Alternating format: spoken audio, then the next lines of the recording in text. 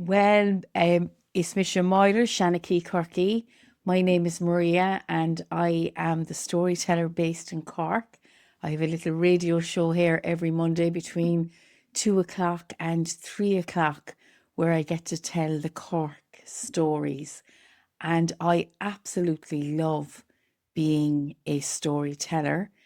So I have followed my mother, my grandmother, and my great grandmother down this road of storytelling.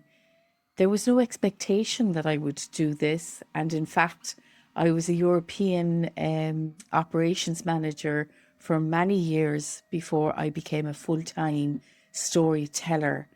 I tell from the five deep wells of Irish storytelling. So, from the myths and the legends, from the story of our stones, which for me are the stories of Cork, and also the stories of Kerry, because I've been storyteller in residence in Listowel, and I'm currently storyteller in residence in Finoog in County Kerry. Then we have the stories of our diaspora, people who had to leave this place against their will.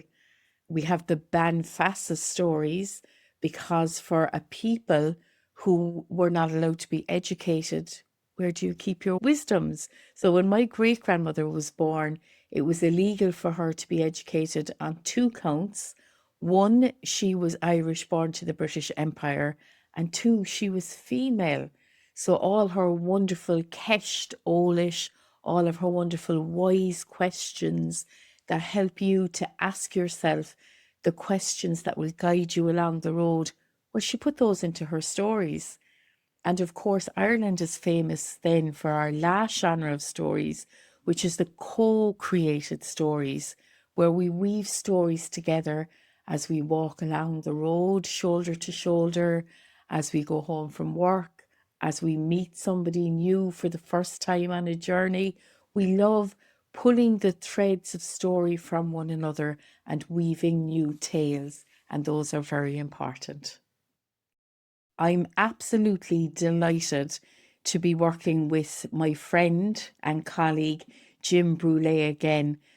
So we'll be telling stories from Cork to New York about strong women and how they have a different type of strength. In Ireland, we call it Nart Bug. We call it the soft strength, and it is the shape shifting strength. So it is the same word, shape shifting, that comes from story that's applied to this kind of strength. And I'm really looking forward to delving into the story of Macha. It's a 3,000-year-old story from the Irish store of myths and legends. But I think that its themes and its messages are just as valid today as they have ever been. And then, of course, I'll be telling stories on my own as well. I'll be telling stories of the sea.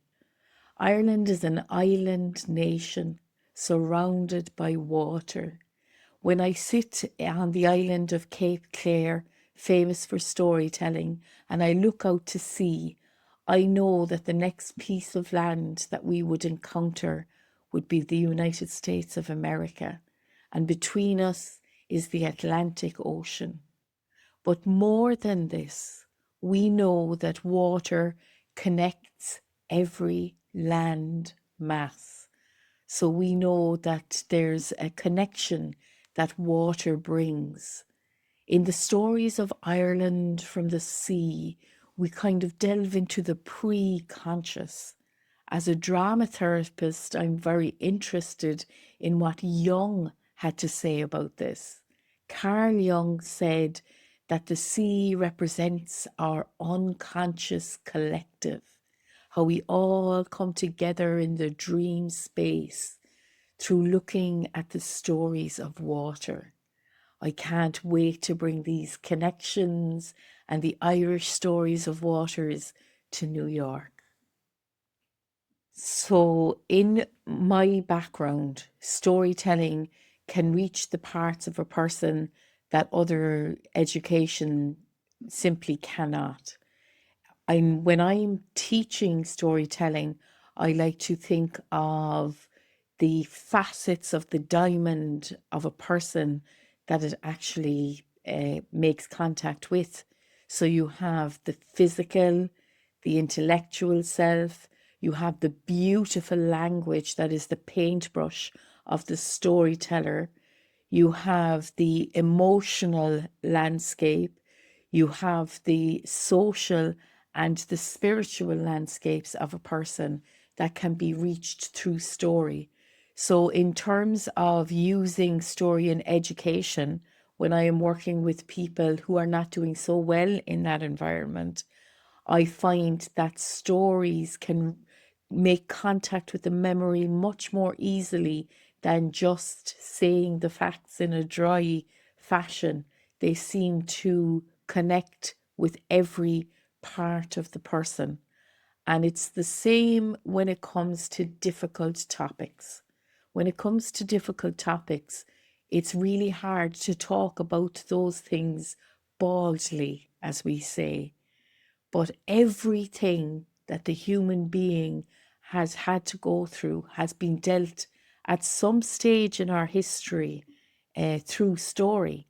So, we can say something like, once upon a time, there was a king who held the leash very tightly on his people, but we might not be able to say, for example, that there is a headmaster who controls the children very closely, or that there is a boss who micromanages. So you can reach those subjects through stories much more easily. And when I was European operations manager and we were dealing with turnover of staff, when we used storytelling techniques, we went from 70% turnover of staff to 0%, which is an excellent result. So I think more and more the big companies in the world, the schools, the prisons, the healthcare systems, they are all realizing the value of story making and storytelling and the medicinal side of stories.